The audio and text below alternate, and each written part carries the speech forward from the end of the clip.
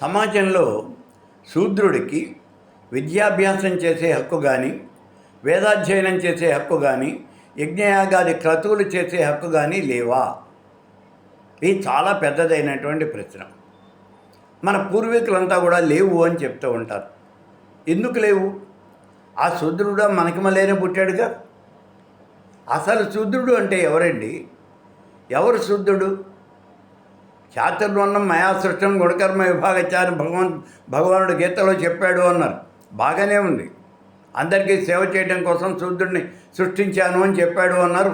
ఈ విషయం అంతా కూడా అధర్వణ వేదంలో మనకి బృహదారణ్యకోపనిషత్తులో అక్కడ చెప్పబడ్డాయి.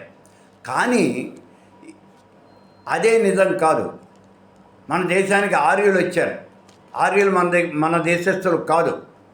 వీళ్ళు మధ్య ఆసియా నుంచి ఇండియాకి వలస వచ్చారు. బతుకు తెరువు కోసం వెతుక్కుంటూ వచ్చారు.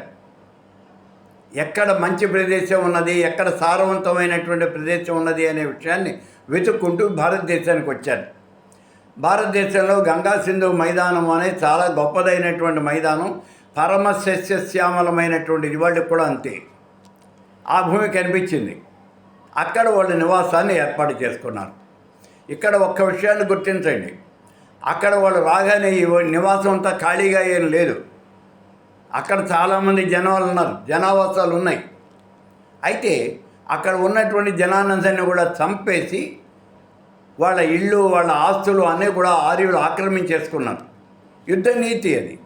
యుద్ధంలో ఎవరు గెలిస్తే వాళ్ళు ఓడిపోయిన రాజు యొక్క ఆస్తులు, వాళ్ళ యొక్క స్త్రీలు అందరినీ, వాళ్ళ యొక్క వస్తువులు అన్నింటినీ కూడా స్వాధీనం చేసుకుంటారు.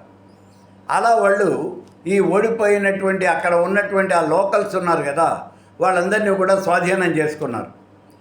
వాళ్ళ భార్యలను కూడా, వాళ్ళ స్త్రీలను కూడా వీళ్ళు బానిసలుగా తీసుకున్నారు. ఓడిపోయినటువంటి వాడు గెలిచిన వాడికి బానిస అవుతాడు. ఇది ప్రపంచం మొత్తం మీద ఆ రోజున ఉన్నటువంటి సూత్రం అది. అలాగే వీళ్ళంతా కూడా వాళ్ళకి బానిసలైపోయారు. వాళ్ళే శూద్రులు. వీళ్ళల్లో కొంతమంది వాళ్ళ యొక్క ఆధిపత్యాన్ని అంగీకరించలేక అక్కడి నుంచి అరణ్యాలకు పారిపోయి కూటములుగా, గుంపులుగా నివసిస్తూ అవకాశం దొరికినప్పుడల్లా వీళ్ళ మీద యుద్ధాలు చేస్తూ ఉన్నారు. వాళ్ళనే రాక్షసులు అని అన్నారు. కాబట్టి శూద్రుడు అంటే ఎవరు? ఆ రోజున ఆర్యులను ఎదిరించలేక వాళ్ళ చేతిలో ఓడిపోయి వాళ్ళకి దాస్యం చేసినటువంటి వాడు శూద్రుడు. అతను కూడా మనలాంటి వాడే. కాబట్టి శూద్రుడికి కూడా విద్యాభ్యాసం చేసే అర్హత ఉంది, వేదాధ్యయనం చేసే అర్హత ఉంది, యజ్ఞయాగాది